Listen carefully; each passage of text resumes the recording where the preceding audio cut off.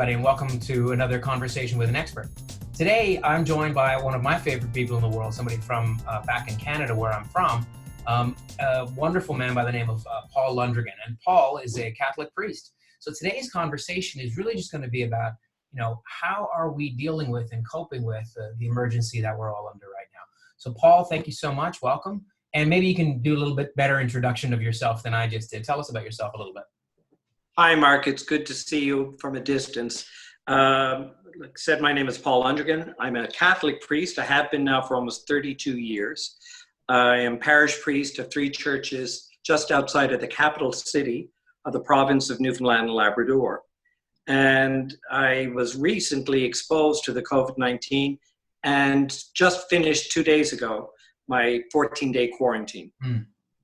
And I'm in the middle of mine. I was exposed about 10, 12 days ago now. So I'm 2 more days and I'll be free as well. So that's why partly this conversation is kind of fun, because you just finished it. I'm almost finished it. It's kind of tough being, locked away in our rooms or in our houses for that length of time. So how did you manage it? How did you cope? Well, for me, it was very odd because, as you know, I'm a real extrovert, not just, outgoing. I really do feed off the energy of other people. I like being around other people. I don't mind being on my own, but I am more geared towards being out in public and being with large groups or small groups, but always around people. I hardly ever spend any time in my house. Yeah. I come here to have a quick meal and go to bed. So suddenly I was in the house, nobody around. Couldn't invite people over, couldn't go out anywhere. And it reminded me of being on retreat. Each year, as a priest and a lot of religious people within the church will make a spiritual retreat. You go away from the world, go out into the country, go to some remote area and take a day or a week, or in some cases 30 days, just to pray, to reflect, and to reorient yourself spiritually and really get in touch. So I took it as kind of a retreat time. Okay. And it was a time for me to spend in prayer, but in reflection, doing some journaling. It was a wonderful time in that sense. I got a lot accomplished that I should have been doing regularly. Of course. And didn't realize I'd been neglecting. And I realized how much this is very good for me and very helpful to me for kind of centering myself. So I spent the time that way, some of the time.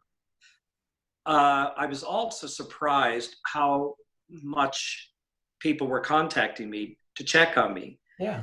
And unlike you, it's quite nice. I'm not really into social media as much, but I found I had to plug in my phone 2 and 3 times a day because there was so much happening, so many people who wanted to actually see me. So I said, we need to, Zoom or FaceTime or whatever.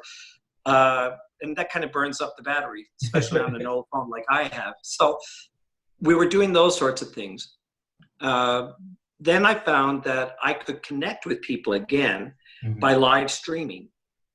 And through social media, like Facebook and Twitter and these things, I was able to go on live and speak to a congregation. I celebrated Mass, which is the Catholic service, for Sunday with Eucharist, that kind of thing. And I set up the phone this way. I have a little tripod here now. And I just sat in a small chapel and celebrated Mass. And I had a piano with me, so I played and we, sang, whatever. We had over 1,000 people who tuned in live to watch that. And we're constantly making comments. And we did that this past weekend and the weekend before. Because I was in isolation, I thought I'll do it this way. Excuse me. And the wonderful thing was all the commentary that started coming in afterwards where people felt a connection. One guy told me about his son who lives in another province and is articling there with a law company. And he happened to flick on Facebook page and saw that on our page, this was going live. So he tuned into it. And then he texted his dad and said, "Are you watching this?" Oh, I said, "Yeah." I said, "Wow." He said, "We're together." Yeah. And it was a really sweet feeling. And then there were people started, getting in touch with people away. And so there were people in Calgary, which is what, a 6-hour flight from here. Yeah, yeah. You know, just to give people an idea of the distance. Yeah, people got to understand how big Canada really is. I mean, yeah. So just from Singapore perspective, the distance between where Paul is in St. John's to Calgary is like flying from here to Beijing. Only it's with time zones as well. It's really, really far. And by the way, you're still not even at the other side of Canada by that point. You still got a ways to go and a whole mountain. Still a lot more. Further. So, it's a big, big place. Yeah. So we have people tuning in from all sorts of different places. And it was wonderful because they knew that we're all watching this together. And then they could see the comments coming up and the names. And they were seeing neighbors, friends, family, and people from away. But then I started getting comments from people and messages for people who said, you know, I'm Catholic. You know, I was baptized, I was raised, I still have my first communion money, but I really haven't been to the church, you know, since I turned into a teenager and fought with mom and dad, and they just gave up, and I haven't been back since. And I tuned into this the other day. I'm not saying I'm going to be racing back to the church anytime soon, but it was a great experience to connect with everybody. And I found that a lot of people were discovering a new way of expressing their spirituality. Cool. A lot of people talk about that. I'm not religious, but I am spiritual. Yeah. Right? And I truly believe in that. And oftentimes I say, yeah, I'm the same way. I have real problems with institutionalized religion. I have real problems with a lot of the ironic coming from a guy who works for, you know, the largest one in the world. I'm just saying. Yeah. That's like saying you're diabetic and you work for Coca-Cola. Like, it's just a slightly unusual position to be in. But you can do that. You just don't drink the Kool-Aid, right? You don't drink the sugar. I'm the same way with the church. It's sort of like being part of a family. Mm-hmm. I may not agree with what everyone in my family believes or thinks. I may not share their political views, their taste in music.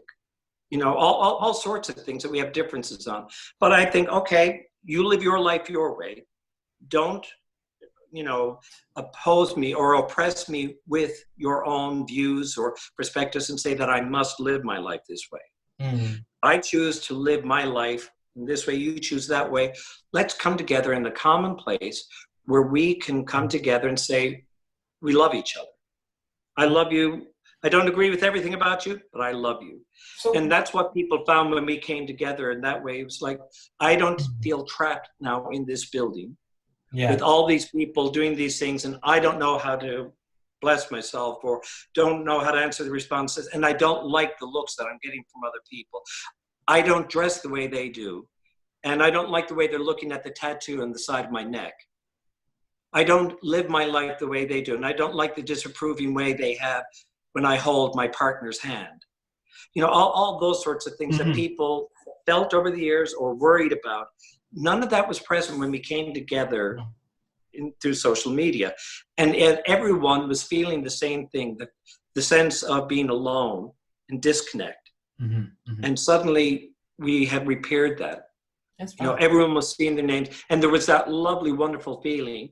I said, yeah, it's the same sort of thing that on New Year's Eve, when on the TV, local TV stations and radio stations are posting messages from different communities, and people start connecting and sending out notes on social media, and you suddenly realize the whole world is celebrating this moment as the planet just turns. Yeah, and I guess that's, you know, it's that connection, which is wonderful, and obviously that you managed it, and it's, you know, it's amazing. But it's also, I think, the downside or the flip side, because like everything, there's always a yin and a yang. And this has been my challenge, right? Like, my only access to the world right now, obviously, is through the social media and the media and the computer and whatever.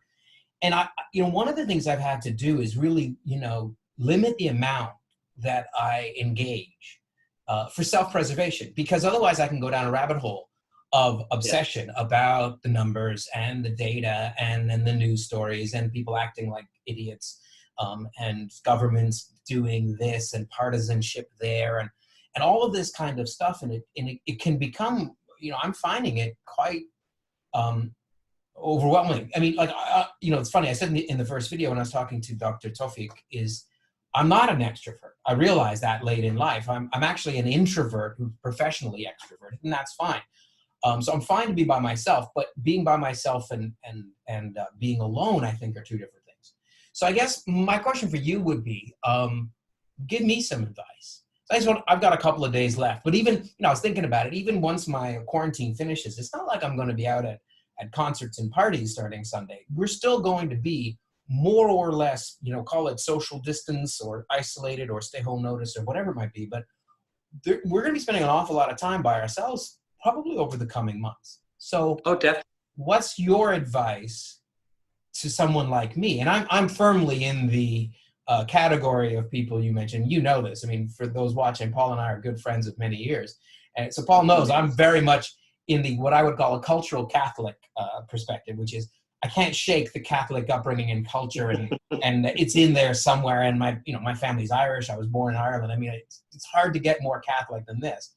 And That's yet right. I haven't. I think the last time I might have actually been at Mass was at your church, Paul, back in Newfoundland, My 12 Lord. years ago or something. So I guess I'm in that. So I'm very much in the I wouldn't even call myself particularly spiritual, but here I am, right? I'm by myself. I'm dealing with, frankly, let's call it like a little bit of existential overwhelm.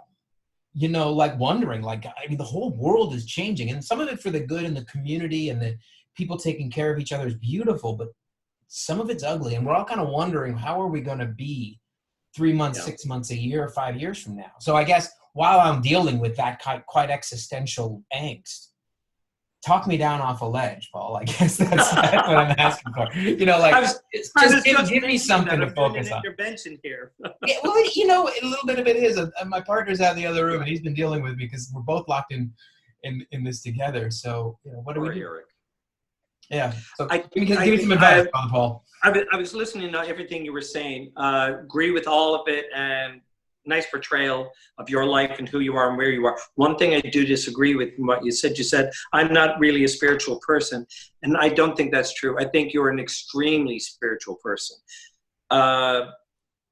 People express spirituality in different ways and understand spirituality in different ways. Mm-hmm. I'm not talking about an idea of, I have a soul, a spirit that is within me, and it's connected to, it was created by, an old man with a long white beard in the sky. But I do believe that there is a connectedness, and however you believe in that, even like, as I've heard, people who are atheist, and not militant atheists, but just, don't believe. I don't believe there is a God. If you can prove it, fine, but I've seen no proof, and therefore no. But people who have been able to say, I do believe in science, and I do believe that energy, matter can be destroyed, but not energy. And there is an energy within us that is unique to each person, but is connected to this planet and to this universe. As the old song said, we're all made of stardust, but it is true. Mm-hmm. And in that sense, I've always believed that we have a certain connectedness with all life. And I have seen you make that connection with so many different people in different ways. But you do have, it's taken a while to find it, but you do have a depth of mind, of heart, and of spirit. So how do I maintain you do express that in your life? And I think that's why it's only now, like you say, late in life, that you're realizing you're more of an introvert. And not to sort of, people misinterpret those terms, introvert and extrovert. Absolutely. I mean, an introvert doesn't mean I'm shy or right, or terribly reserved. No. It basically, somebody once described it, and the best shorthand was extroverts have solar panels. And introverts have rechargeable batteries. So meaning an extrovert gets their energy from being out there. An introvert needs to pull away and needs some time by him or herself in order to kind of recharge a bit. And I think that's a really good analogy. I mean, I'm not shy by any stretch, and I'm not nervous around people, and I love being around people. But when I'm done, it's like, all right, I'm going home now, and I'm quite happy. My book and my sofa. Exactly, and you enjoy taking that time on your own to process everything that you've discovered and learned in the world that day through these people, and you analyze it, and you ask a pile of questions. To my understanding, that is spirituality. Well, let me just interject there for a second, because I wanted to say one thing about that. I agree wholeheartedly, and that's actually that's what can cause some of the stress, is that if I spend too much time doing that processing and analyzing, my mind can kind of, eat itself. It's like the dragon eating its, or the snake eating its own tail. Like, it can go too much that I need to kind of like, okay, stop. I'm over analyzing this scenario, or I'm over, in the case of COVID, I'm overthinking my business. Which is why psychologists will give you certain exercises and disciplines. And within the church, we've done the same thing over the centuries, spiritual disciplines, so that you spend that time in prayer, you spend that time in self-reflection and reflection upon the world and relationship with others and with God, or with, creation, with nature, with this disease. Those are all the spiritual questions. But as we're hearing from so many experts in so many fields, you have to limit that. Yeah. So there is something about us where you have to stop and say, I'm, again, in that loop. I'm in a fugal state now, and I'm just eating myself up. So stop. I've thought about it. Now I need to distract myself and do something else. And that's even for monks and nuns who have lived in cloister, which means that they live apart from the world. They're in seclusion all the time. With notable exceptions, they spend a lot of time on their own or just within that particular community. And they have learned the value of having a routine throughout the day. Early morning rising and spending time together in prayer, doing certain activities, and then coming back for prayer, going back to another activity, whether it's farming or woodworking or whatever they happen to do, or making beer. The Belgians were good at that. Wine. What's that? Making beer. The Belgians were. There you Belgian go. monks were amazing. Yeah. And so there are benefits to a good spirituality. Okay. Good to know. But the same applies, I think, for everybody.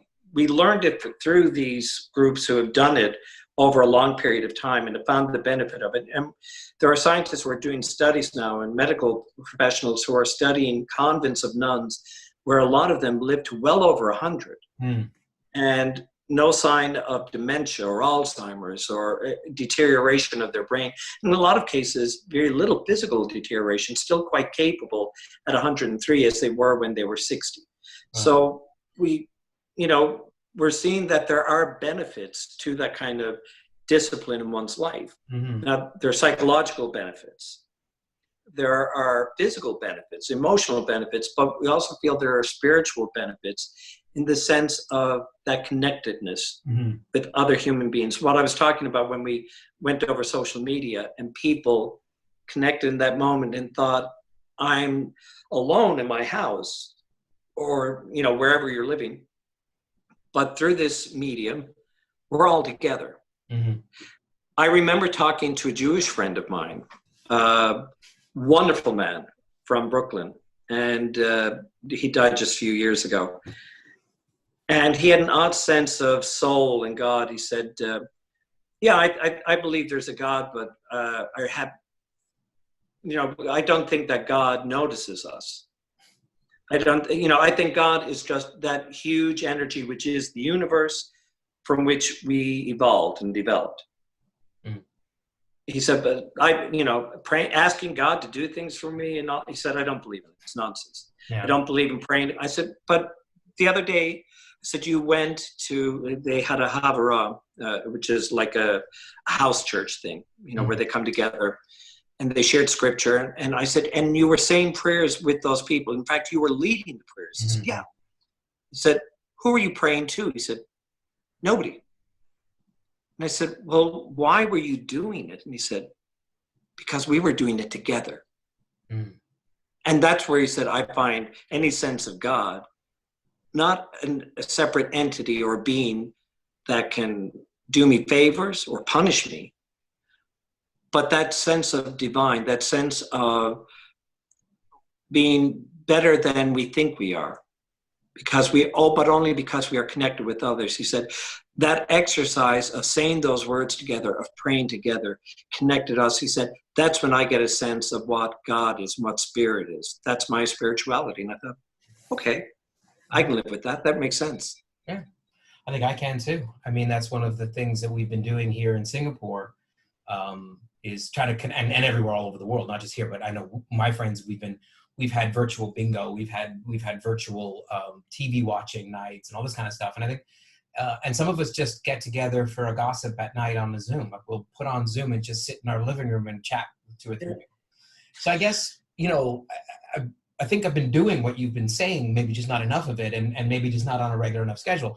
So I guess that's probably a good piece of advice. So is to say, connect with that within yourself and within other people, and connect to other people and with other people. Because I guess that's what can be missing for people is introvert or extrovert makes no never mind. We still need community, And I mean, and I think that's an interesting word for me, because as you were saying it earlier about celebrating the Eucharist virtually, and we could have a whole conversation about how this is going to change worship and change church. I mean, I think that's a fascinating conversation, but we'll save that for another video.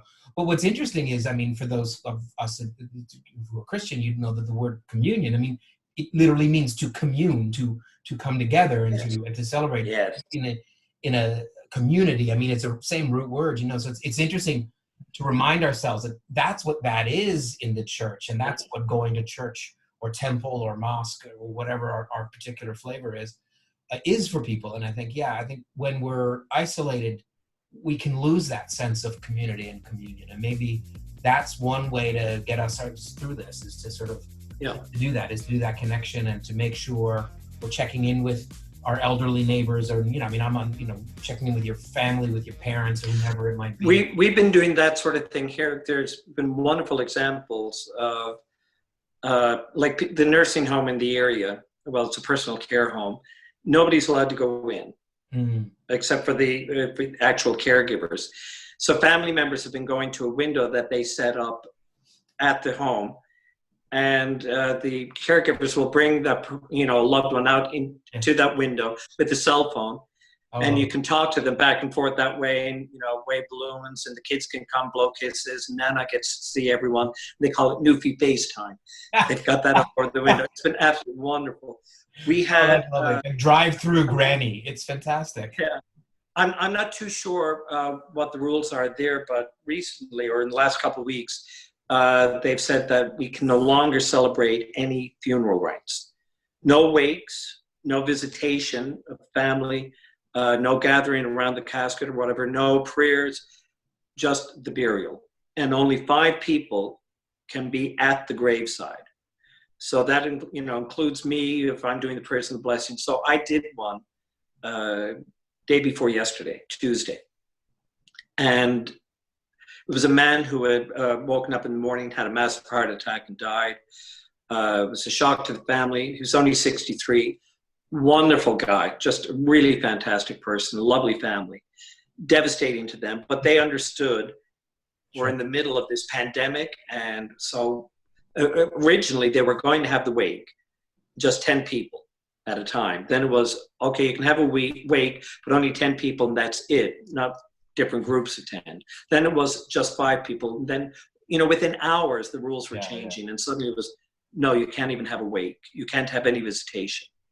So nobody was around for them. They went in, just the immediate family, his wife and his kids, they're adult kids, and I think 2 grandkids. They saw him in the casket, and then they closed the casket and went for the cemetery. That was it. So we went on social media. I sent out a note and said, listen, this is what's happened. You all know Bernie, his wife and kids. You cannot, let me emphasize, you cannot come into the cemetery. But you can line the roads coming up to the cemetery in your cars and turn on the flashers and let them know that you're there. So when the hearse and the family drove by, people got out of their cars and stood by their cars and blessed themselves and waved and bowed their heads for them.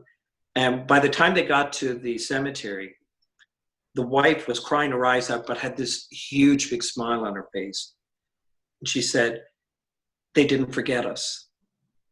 Mm. You know, it was that, again, that sense of connecting. That's all she needed. I said, please God, by this summer, we'll be able to gather together, even if it has to be out in the field. We're going to celebrate his life. We're going to play music and do it. And she said, yeah, but she said, I'm satisfied now. Yeah. You know, And because I think people remember it. Yeah, and I think this is what we have to really work on doing. I realize I'm scratching my face, but I'm not talking to anybody else, so I know I shouldn't be touching my face, but damn it, it's time to trim my beard, I think. It's getting a little itchy. Well, look, Paul, I think on that story, we'll have to end the call there, and I'll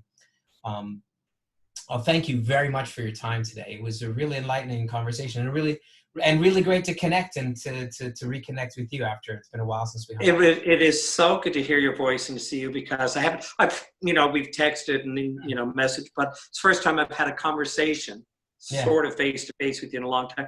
And Eric is there with you? Yeah, he's at the other room. He's on conference calls. Oh gosh, didn't get a chance. Can you pass on my condolences to him from me? Sure. He stuck there with you for 2 weeks. Dear God. Yeah, well, look at it this way, Paul. It's if COVID doesn't kill you, he will eventually, I'm sure. Well, that's what I'm thinking. It's like you could be doing a funeral, and I don't know if it's going to be mine or his, but please God, that won't come to be anytime soon. And like that woman said, you know, and you said to that woman, you know, hopefully we'll be having a drink together in Toronto this summer, or you know, wherever, whenever. But when this all blows over. So thanks, Paul. I appreciate your time, and thank you so much. Thank you very much, Mark. Thanks for doing this. All right.